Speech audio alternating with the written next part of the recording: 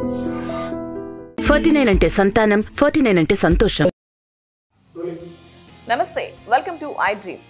IPL ముగియడంతో భారత cricket జట్టు మరోసారి అంతర్జాతీయ షెడ్యూల్తో బిజీ అయింది. ఈ నెల 7వ తేదీన టీమిండియా ఆస్ట్రేలియా మధ్య ఇంగ్లాండ్ వేదికగా ప్రపంచ టెస్ట్ ఛాంపియన్షిప్ ఫైనల్ మ్యాచ్ జరగనుంది. ఇరు జట్లు ఇప్పటికే అక్కడకు చేరుకొని ముమ్మర సాధన చేస్తున్నాయి.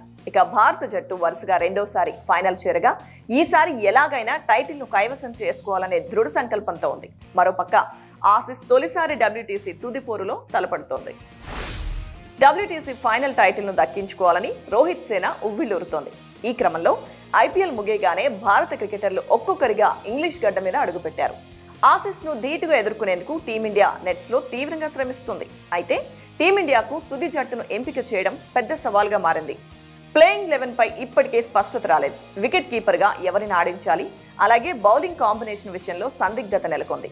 4 పేసర్లు ఒక స్పిన్నర్తో ఆడించాలా, లేదంటే 3 పేసర్లు 2 స్పిన్నర్లను ఆడించాలా అనే విషయంలో స్పష్టత రావాల్సి ఉంది. అదే సమయంలో వికెట్ కీపర్గా కేఎస్ భరత్, ఇషాన్ కిషన్లో ఎవరిని ఎంపిక చేస్తారనే విషయం కూడా ఆసక్తికరంగా మారింది.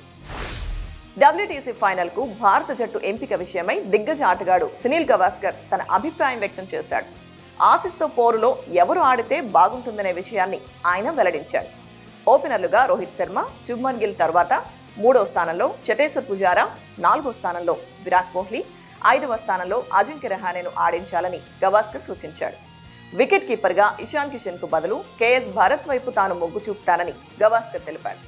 భరత్ ఇటీవలే ఆస్ట్రేలియాతో జరిగిన 4 టెస్టుల సిరీస్లో ఆడిన సంగతి తెలిసిందే. ఇషాన్ కిషన్ ఇప్పటి వరకు టెస్టులోకి అడుగుపెట్టలేదు. 6వ స్థానానికి భరత్ను తాను ఎంపిక చేస్తానని సన్నీ తెలిపాడు.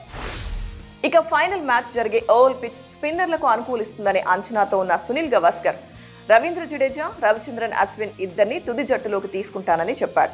మహమ్మద్ షమి, మహమ్మద్ సిరాజ్, శార్దుల్ ఠాకూర్ రూపంలో 3 పేసర్లను ఎంపిక చేస్తానని తెలిపాడు. వాతావరణం మెరుగ్గా ఉండి ఎండ కాస్తే 2 స్పిన్నర్లను ఆడించడమే సరైందన్న సన్నీ 7వ స్థానంలో జడేజాను, 8వ స్థానంలో అశ్విన్ను ఆడిస్తానని చెప్పాడు. ప్రస్తుతం ఇంగ్లాండ్లో వేసవికాలం నడుస్తోంది. అక్కడ పగటి ఉష్ణోగ్రతలు 18 నుంచి 23 డిగ్రీల సెల్సియస్ మధ్య నమోదవుతున్నాయి. ఎండ కాస్తే ఓవల్ పిచ్ స్పిన్నర్లకు అనుకూలించే అవకాశం ఉంది. ఒకవేళ వర్షం పడితే మాత్రం పిచ్ పేసర్లకు అనుకూలిస్తుంది. ఇక టాస్ గెలిస్తే ముందుగా బ్యాటింగ్ చేసి 300 నుంచి 350 పరుగులు చేస్తే ప్రత్యర్థిపై ఆధిపత్యం చెలాయించవచ్చు. WTC ఫైనల్ జరగనున్న ఓవల్ స్టేడియంలో ఇంతవరకు జూన్లో టెస్ట్ మ్యాచ్ జరగకపోవడం విశేషం. దీంతో WTC ఫైనల్లో ఫలితం ఎలా ఉంటుందోనని క్రీడాభిమానులు ఆసక్తిగా ఎదురు చూస్తున్నారు.